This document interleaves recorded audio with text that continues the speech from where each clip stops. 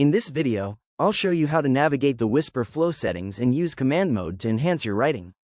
Let's start by opening the settings menu from the bottom left corner of the dashboard.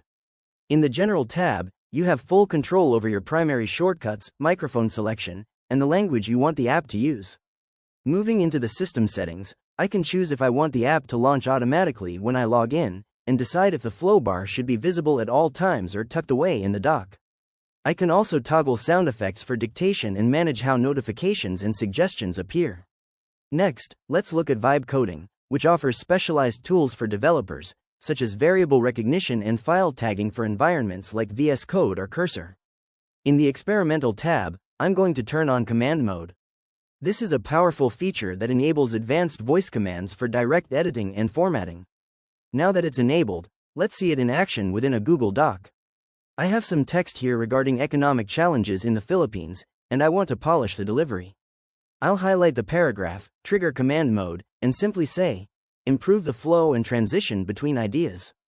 After a brief processing period, the text is automatically rewritten with much smoother phrasing and professional structure. Let's take it even further. I'll highlight this new version and ask command mode to translate the entire paragraph into Spanish. Once the processing is complete, the translation appears perfectly formatted and ready to go right in the document. This shows just how quickly you can refine and translate content using Wispr Flow. If you found this walkthrough helpful, please consider liking the video and subscribing for more quick tips and tutorials.